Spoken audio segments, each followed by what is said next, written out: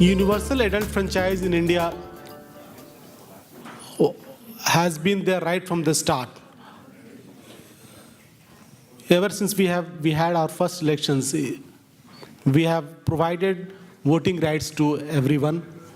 This right is not only on paper. If you see the records of Indian elections, you will find that there is large voting turnout. There is huge public participation, probably better than some of the mature democracies of the world. To discuss democracy and public participation, we'll have the second panel here with us. Mr. Milind Kamble is here. Mr. Kamble is a distinguished visitor from India. He was awarded Padma Shri in 2013. He is a member of National Board of Micro, Small and Medium Enterprises. He is governing board member of Indian Council for Cultural Relations. He is co-chair of India-Malaysia CEO Forum. He is chairman, advisory board, National SC/ST Hub. He is also officiating president of Entrepreneurship Development Institute of India, Ahmedabad. Most importantly, he is an industrialist. He will give us the industry perspective. He is also the founder chairman of Dalit Indian Chamber of Commerce and Industry. May I invite Mr. Kamble to please come up on the stage.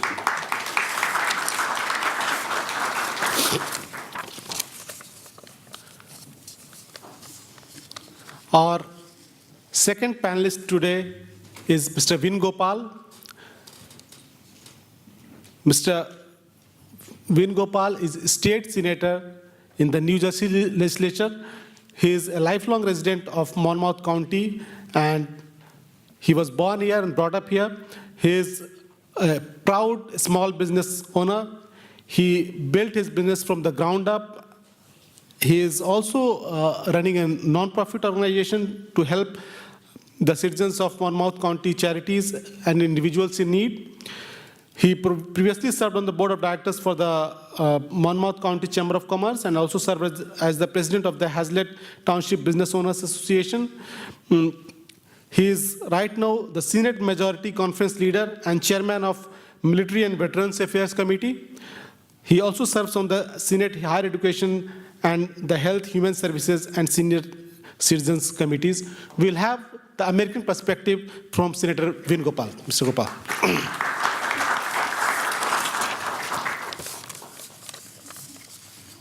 To moderate the discussion on democracy and public participation, we have with us Professor Navnita Chadha Behera. Professor Behera is a professor of international relations at the Department of Political Science, University of Delhi, and currently a visiting Fulbright Fellow at the George Washington University in DC. She is also honorary director of Institute for Research on India and International Studies. She is Vice President-elect for International Studies Association. She has been a visiting fellow at universities of Warsaw, Uppsala, and Bologna. Her research interests include international relations theory, knowledge systems, and the global South and international politics of South Asia, especially issues of war, conflict, and political violence. We would also like to announce that Professor Navnita Chadha Behera has been selected for a chair at the University of Pittsburgh, also supported by Indian Council of Cultural Relations. So probably in the next fall semester, she will be joining us in the US as well. Professor Behera, could you please come up? So I hand over for the proceedings to Professor Navnita Chadha Behera. Good morning, everybody. Thank you, Mr. Sinha, for your generous introduction. I think we're looking at a very, very interesting debate on public participation and democracy in India. The two really go together. Democracy is all about public participation in more ways than one. There are, of course, the structural dimensions to it in terms of elections and the yearly participation. And we heard at the beginning, we are looking very closely at this largest ever exercise of 800 odd million people looking to elect a government in the coming months. But public participation and democracy is not just only about elections. It's about power sharing. It's about micro day-to-day level practices. I don't know if one of my panelists would take it up, but we've had a mini revolution in terms of the RTI, the Right to Information Act in India, where a common person has a right to ask questions in terms of the governmental policies, decisions being taken, and public interest litigation that you can approach the courts, even if a matter is not personal, but you can bring it up for the consideration of judiciary. So public participation and democracy, when we look at it in India's context, it goes all the way from the macro level right down to the day-to-day practices at the micro level. It's, in that sense, very inclusive, very comprehensive. It's not without its shortcomings and its gaps, but that's what India has to offer. India, I think, is a resilient democracy, which some of the really best things to there, and some things which remain in work in progress. We keep improving on ourselves, and we keep learning from the mistakes that we often made. And that's, I think, what's a good thing about the democracy is. So I have a wonderful panel, and because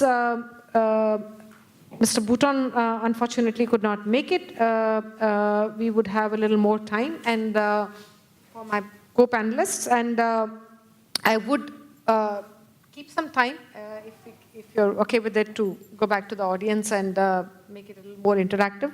So in the first round, I would request my panelists for about 8 to 10 minutes for your introductory remarks, and then we will see as to how we can get the discussion going. So without much further ado, Mr. Kamble, can I request you to go first? In the first panel, there is a lot of discussion has happened about democracy, and in an opening remark also Mohini Mukherjee, she elaborately explained about the Indian democracy and all the practices. Yes, of course, The Indian democracy is the largest democracy in the world, and which is well governed, because there is a very good constitution of India, which is drafted by Dr. B.R. Ambedkar. And that constitution has given rights to every citizen to vote, elect their choice government. And also the beauty of Indian constitution is justice for all and equal justice. That's why the basic pillar, the constitution, is a very strong in the India. Now the government, the 4.5 year, the Indian government have delivered so many things, which mentioned in the first panel. Just one thing, which Jandhan Yojana, which was the biggest public participation. Mr. Tiwari have explained a detail about Pradhan Mantri Jandhan Yojana, which is those people who were out of formal banking. Due to this scheme, they came into the banking system. This was very key. 34 crore people, they got their accounts, they zero balance account with only KYC. It was very difficult to open a bank account, but the government have made ease of opening bank account. And just about only KYC, such a people, they have opened 32.41 crore people have opened their bank account with a zero balance. I think last mile banking and so many methods the government have used. Those people who are based in villages, rural areas, and all, these people, they were not having access to the formal banking. Due to the government's policy, inclusive policy, such a large number of bank accounts is opened. This is a classic example of a public participation in my view. I will give one more example of another scheme, which is a Mudra. Pradhan Mantri Mudra Yojana. The previous session speaker, Mr. Zafar Islam, he mentioned about the Mudra scheme. I was very much closely associated with the Ministry of Finance and Department of Financial Services, which control banking and insurance, all financial activities. The last 4 years, this department, Financial Services Department, were on the road. All bankers, they were running to open the bank account,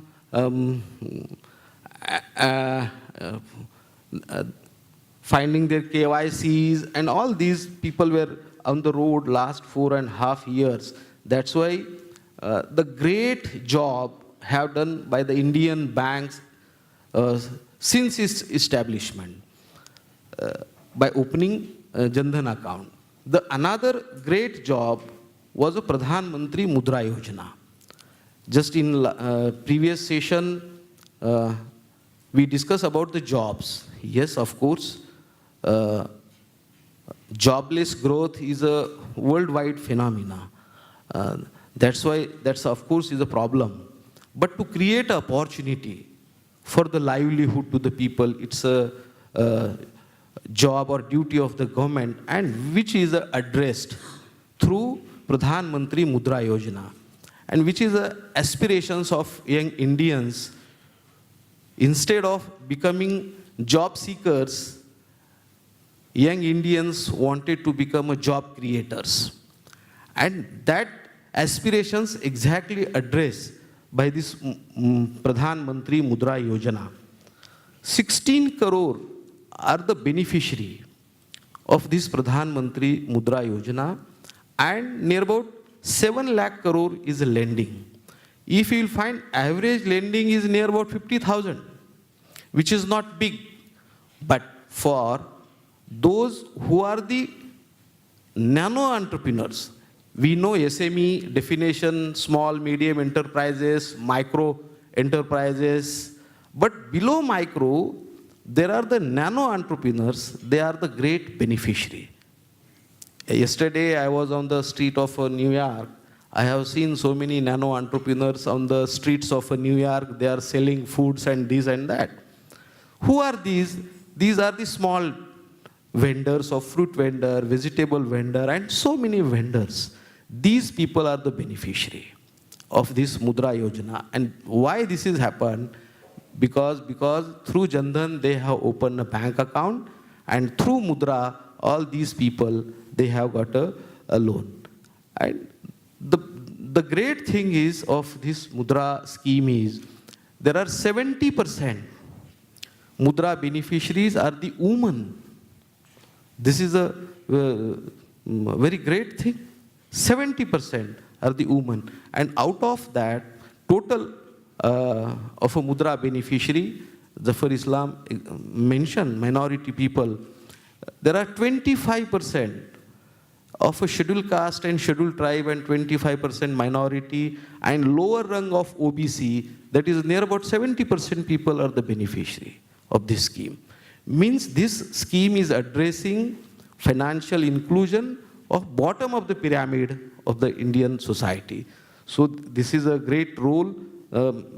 Just Mr. Tiwari have mentioned for a small vendor, a fruit vendor or vegetable vendor, if he go to the market, he borrow money by 10% rate of interest for a one day, single day, to bring the vegetable from the mandi to sell on his stall. But due to this scheme, Mudra, he got a very less interest rate money and easy.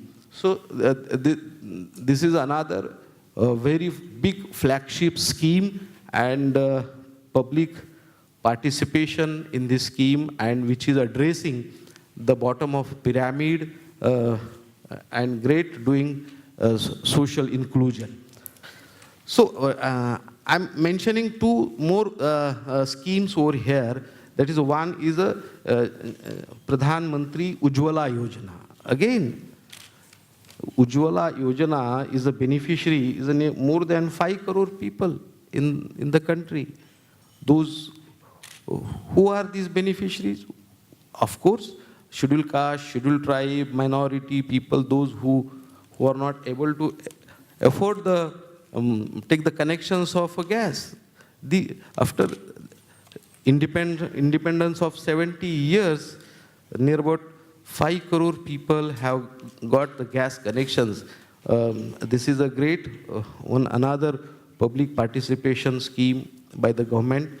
And one more scheme I will mention in this segment, and another, that is a Swachh Bharat Abhiyan. This is again a very big and flagship scheme of Government of India, which is announced on 2nd October 2014. Swachh Bharat Mission. For the world, what is this scheme? But this is very important scheme for Indians, and through this, near about 8.5 crore rural household toilets have been constructed. And this scheme is a great initiative of a Government of India, and very huge and very large participation of the people in the country.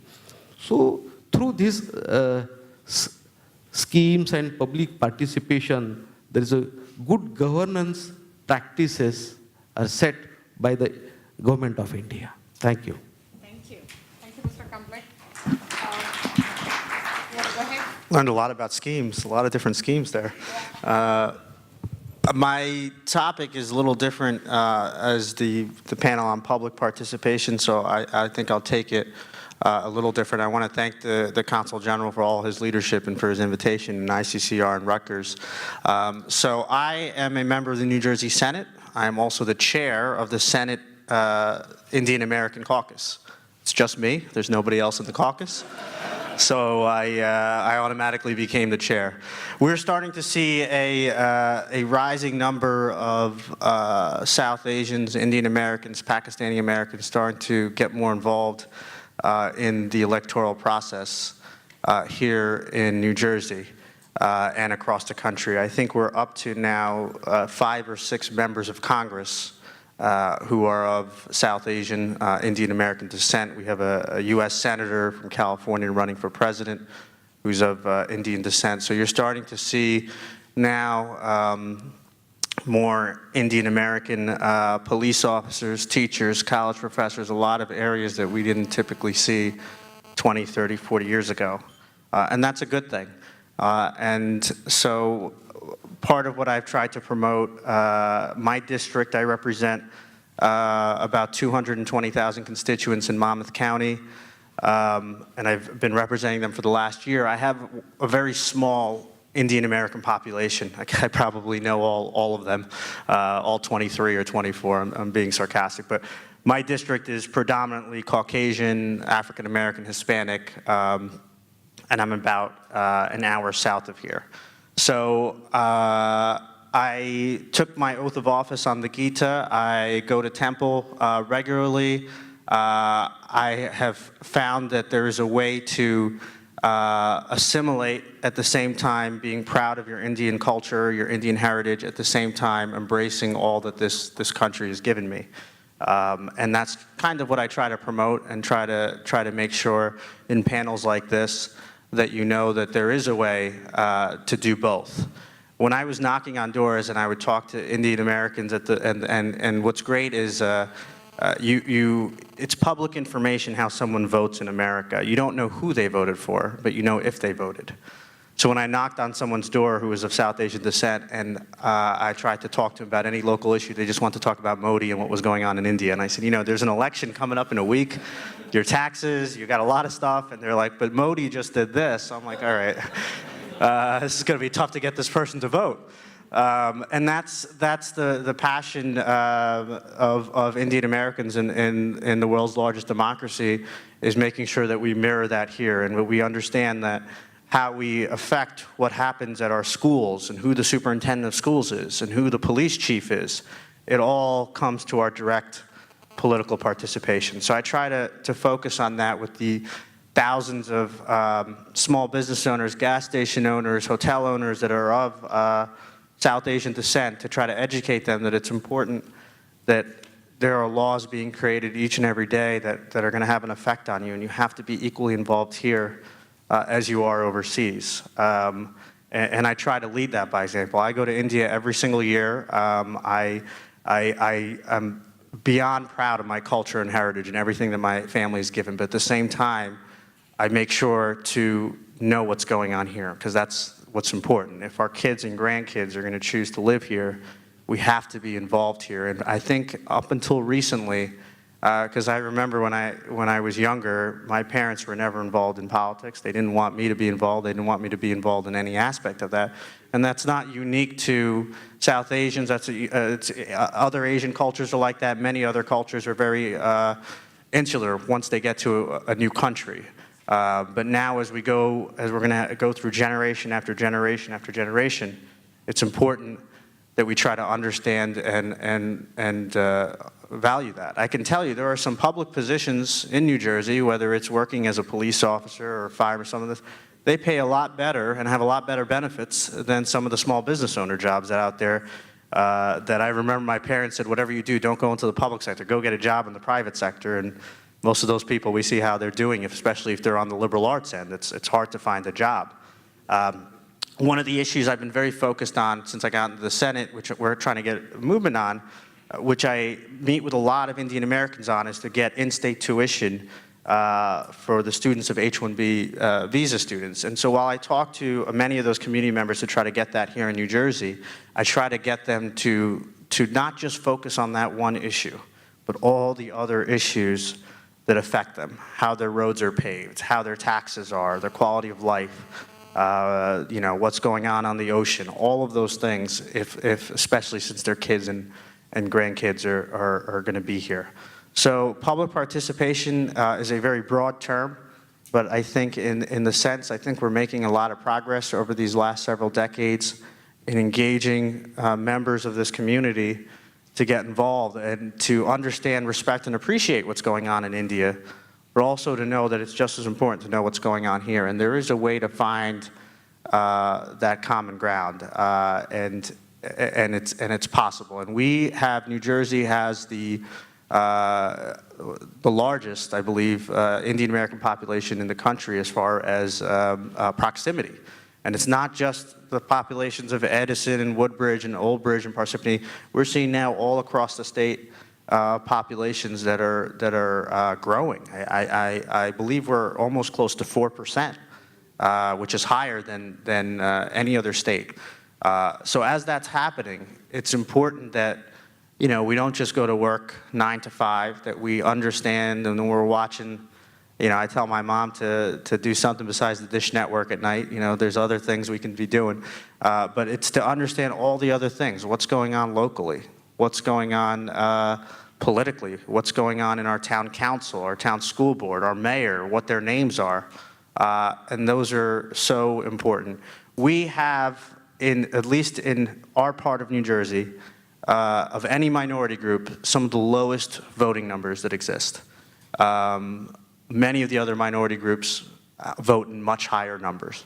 We sent letters to certain community members. They'll come out in presidential elections, but they don't vote in the mayor's race and the council races and all those elections.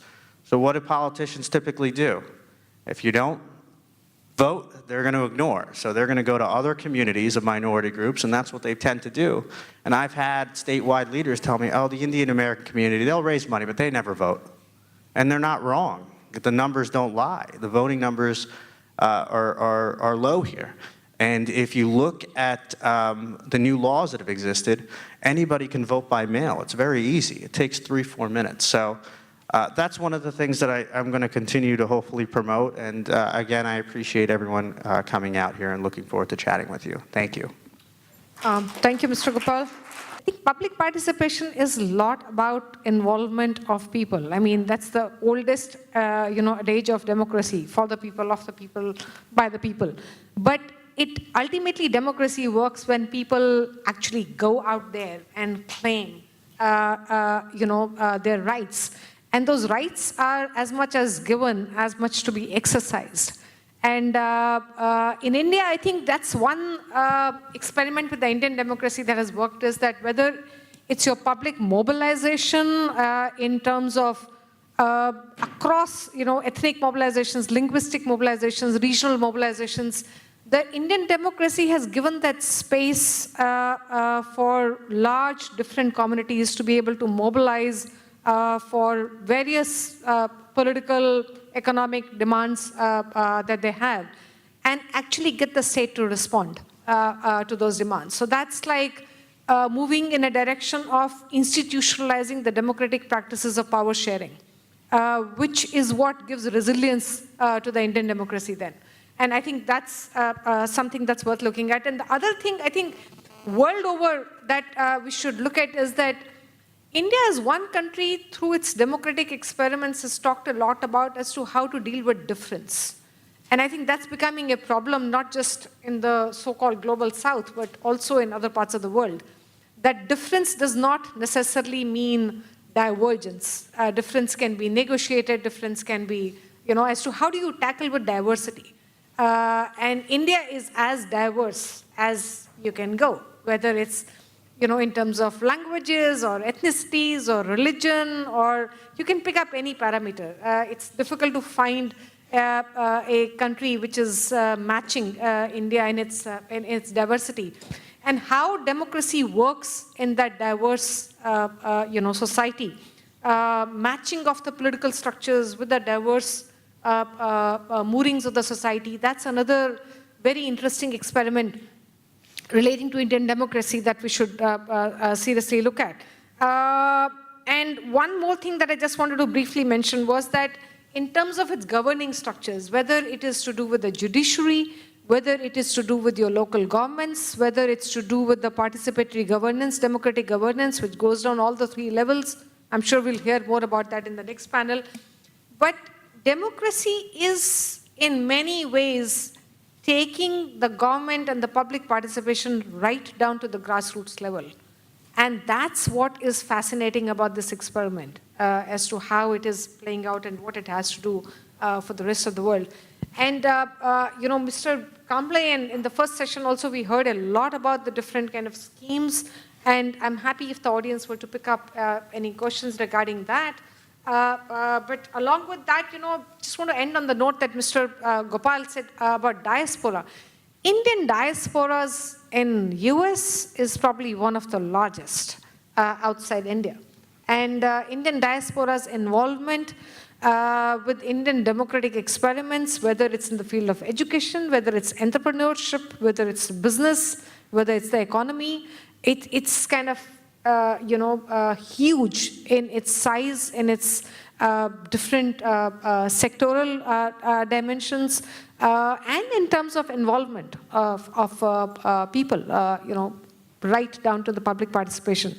So there's a huge number of issues out there going on, but I just want to bring it to the audience now as to if you have any issues that you would like the panel to engage more with, or you have any queries or comments, you're most welcome. My name is Kiran, and I'm an Indian citizen living in New Jersey. I'll come to the point why I mentioned my citizenship. So my question is for Vin. Vin spoke about public participation, engaging Indian American community, not only voting once in 4 years and then going back. So everything is good, but there is a large section of Indian community who is not a citizen, who is an expat, who is living in New Jersey, but we come across a lot of government bodies, largely school, Board of Education, police, health department, mayor's office, very often, or even public works department, right? My road is not good, so I reach out to public works department. So do you envision a role for people who are not a citizen, but are living here, resident of this country, in the government? For the public participation, how we can engage more with the public-facing bodies, largely with the education department? Yeah, since it is an academic conference, maybe I'll exercise my right expression of freedom. And my question is to Vin Gopal. Have you noticed any change in the public participation of the Indian diaspora in the last several years, as India has been doing well economically, or has the change in India's image influenced public participation by the Indian diaspora in the United States? Because maybe, or sometimes I feel that earlier when India was not doing well, the diaspora may not have felt very proud of the motherland. But as India is doing well now, and Indian democracy, despite all its deficiencies, is a successful model, perhaps the only model that works in India. Do you find any change, and will it reflect in greater participation? And do we see more Vin Gopals in the United States in the future? That's my basic question. Interesting. Hi, my name's Himanshu. Just one point to Vin. You'd made a comment about the liberal arts. As an engineer, I'll just say that liberal arts students who have internships have the same output in jobs as as STEM students. Okay? And I speak that from an engineering school. And there's good reasons to hire liberal arts students as well. But my question is really for Mr. Kamble. I think I would really like to hear from you. You spoke a lot about numbers and schemes, but in the context of 350 million people, 35 million people, 150 million people, I think it gets lost as to what is happening in the lives of the individual people because of that. And I think you're in a very good position since you work with small businesses, you work with the communities that have been struggling and trying to move forward. How has that affected the lives on the ground, these schemes and these numbers? I'd like to get some insight on that. My name is Alok Kumar, and the question is for our Senator, Mr. Gopal. As Kiran mentioned that there is a two diaspora, we have it here. One is the Indian citizens, those who pay the high tax when you're on H-1B or L-1, any of the visas, we pay the tax which never even we collect if you go back to our country. And another diaspora is the Indian American citizen, like you, us. And as you raised the concern that as an Indian American, we don't believe in going and casting the vote. So how do you think we can engage more and more? Because that is a very much great example. Like we have almost 15 Indian American organization, and among them there are so many citizens, but they don't believe in voting. They say, oh, we will do, but we never go and cast the vote. So in that area, what are the best way you think we can engage the people? That's my question. All right, Gopal, you want to go first this time? I can remember all those, okay. And there's actually a third group too. There's undocumented. We have a large undocumented Indian American population in New Jersey also. I would say, I think a lot of it starts with, as generations are here, parents have to educate their kids early and have to talk about local politics in the sense that, hey, this is what a mayor is, this is how a street gets paved, things like that.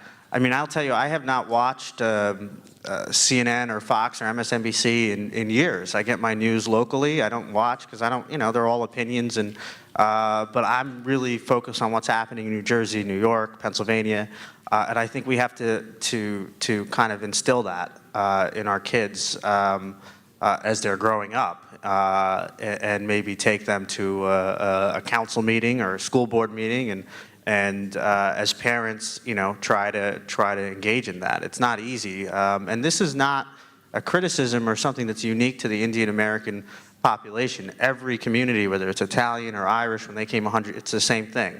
So we're just, the large groups of Indian Americans that came here in the 60s and 70s and 80s, 90s, so we're now going through what they went through 100 years ago. And I think it will improve. And the fact that, to the Consul General's point, we have the first Sikh American Attorney General in the state. That was as a result of the rise of what's happening in India with those relations. Hoboken elected the first Sikh American mayor anywhere in the country. So we're seeing, I'll tell you, I don't know if you guys noticed this, but when I go to the temple in Marlborough, I see a lot of American people now too that are Caucasian. And you're now seeing things where we were very insular 20 years ago. That's not happening anymore. So I think you're going to continue to see a rise. I think we have the largest number of Indian American elected officials now than at any point in New Jersey, across from councils and mayors, Montgomery Township, Cherry Hill, all these towns. There's so many of these towns have elected Indian Americans who are still very involved professionally. And to the comment about the liberal arts, I'm a liberal arts major too, and it's hard to find a job. I'm just saying it was on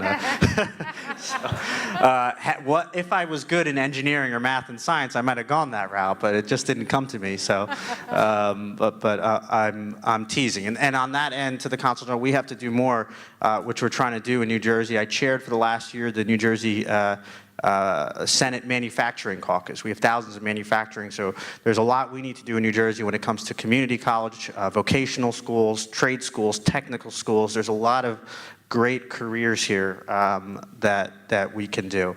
And to the gentleman over there, there is a role for I think all these types of folks. That's why, look, the H-1B visa is something that's an important issue for me. Not a single one of those individuals can vote for me. So I'm not doing it on politics. I think it's the right thing to obviously do.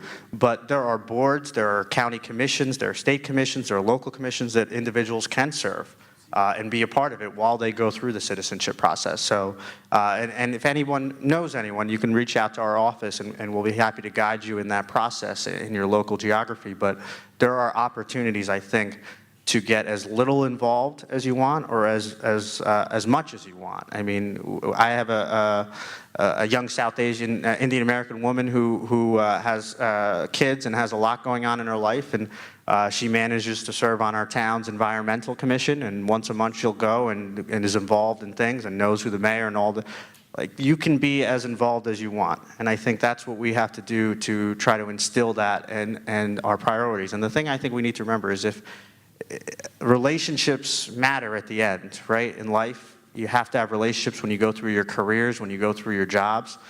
That's why it's important to know in politics.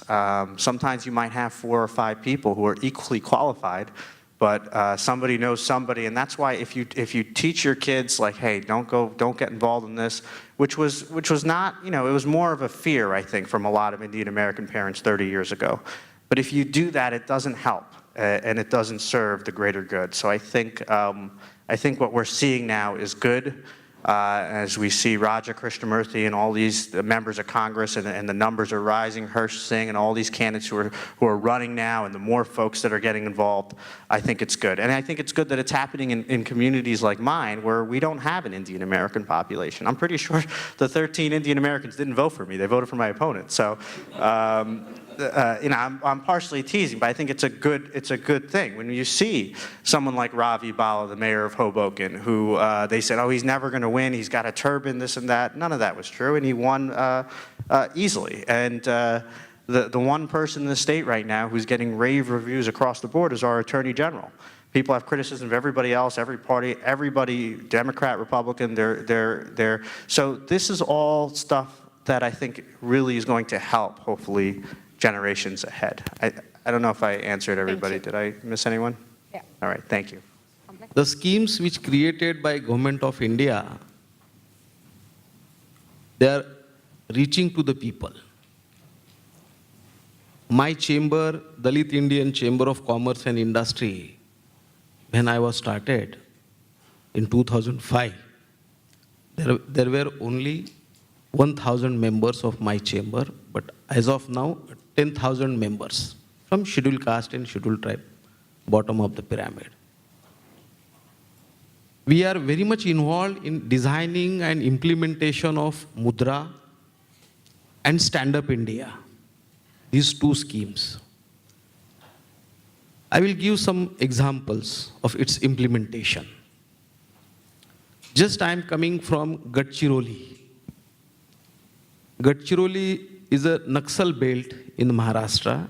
Gadchiroli, Chandrapur, and then Dantewada, Bastar, where my chamber and myself, we are working to create entrepreneurs from tribal youth, leveraging with a Stand Up India scheme. We are doing work in Gadchiroli for Make in Gadchiroli initiative. Honorable Chief Minister of Maharashtra, Shri Devendra Fadnavis ji and Nitin Gadkari ji, Honorable Cabinet Minister, they have handed over keys to 50 tribal youth for Highway dumpers, which will be used for the transportation logistic of a Surjagad mines, which owns by Lloyd company. We use Stand Up India scheme. Through state, there is a Bank of India, they have given the support. So we created 50 logistic entrepreneurs in a dense tribal belt and in the Naxal area. Another, we are creating 100 more entrepreneurs in Making Gadchiroli initiative. Again, we are leveraging Stand Up India scheme. Those entrepreneurs are in fishery, dairy, poultry, and other forestry, 100 more. So this is one example. Now, 2 years back, in Hyderabad, two manual scavengers died while cleaning the manhole. The government of Telangana approached to us and they told, can you work for us for creating manual scavenging free Hyderabad? We worked very closely with the government of Telangana 160 entrepreneurs we created, which are sanipreneurs, we can call it. Mini jetting machines cost 30 lakh rupees. Those are from the people who are centuries involved in a scavenging work in India. From their families, we pick youth, we given hand-holding, on-job training. Again, link that scheme to the Stand Up India. And there is a State Bank of India is our partner. And now Hyderabad, from last 2 years, there is no casualty. Now the great thing, what we are doing, now on 28th, I am going to Delhi to launch manual scavenging free Delhi, because there is the highest casualty in Delhi. Again, we leverage that scheme to the Stand Up India, and 200 sanipreneurs we are creating. And for me, there is a very big exercise to work with the Delhi government and central government. We are working with the Delhi Jal Board, which is under Delhi government, and we are using Honorable Prime Minister's Stand Up India scheme and creating 200 sanipreneurs. And through this, we are become a partner of all smart cities, and all smart cities will be manual scavenging free. And through this initiative, leveraging Stand Up India, State Bank of India is our partner. We are creating 5,000 sanipreneurs. So, and we link to Swachh Bharat mission, Swachh smart cities and all that.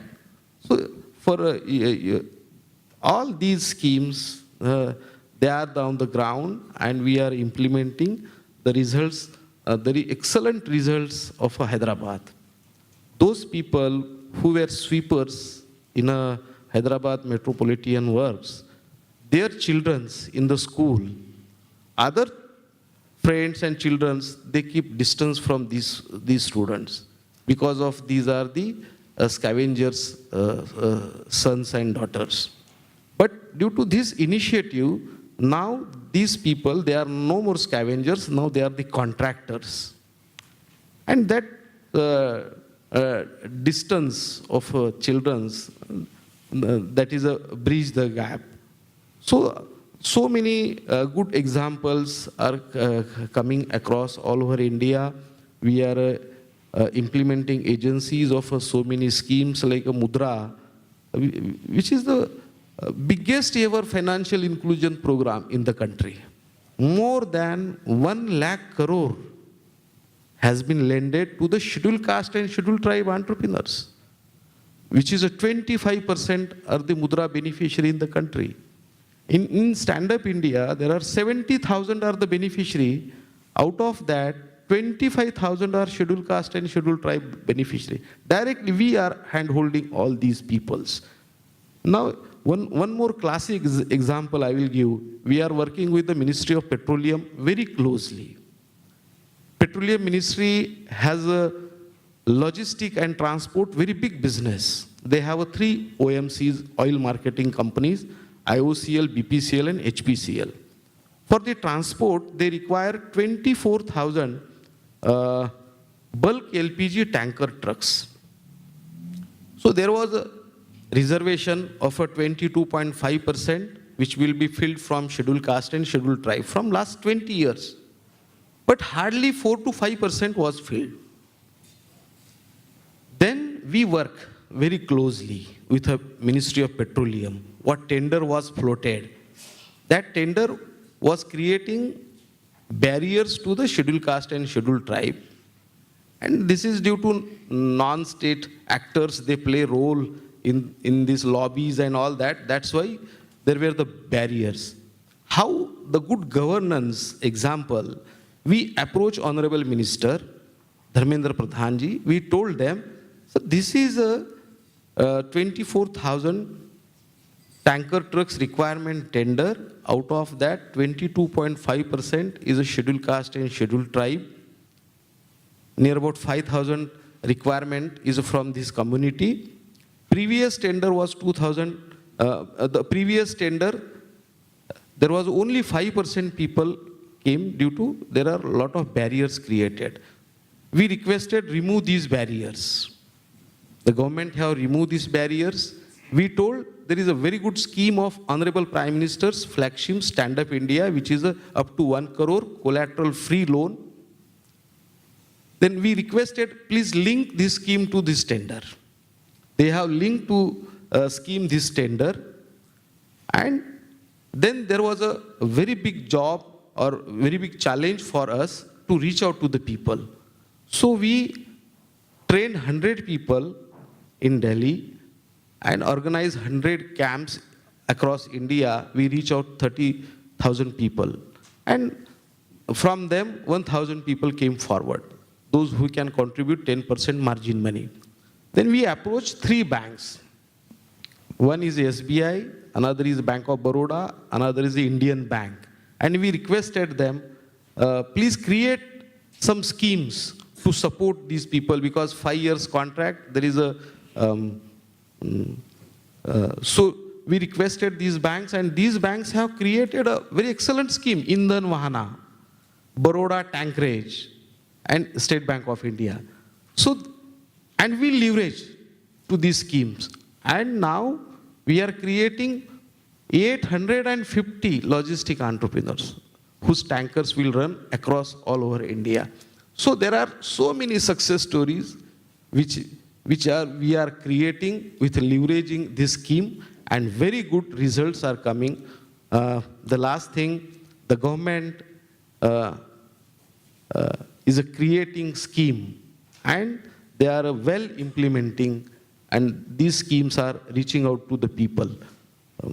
That's all. Thank you, Mr. Kamble. I think we're running out of time. In the interest of time, so that we don't eat into next panel session, all that's left to me is to thank my panelists for a wonderful discussion, and thank you, the audience. Thank you so much indeed.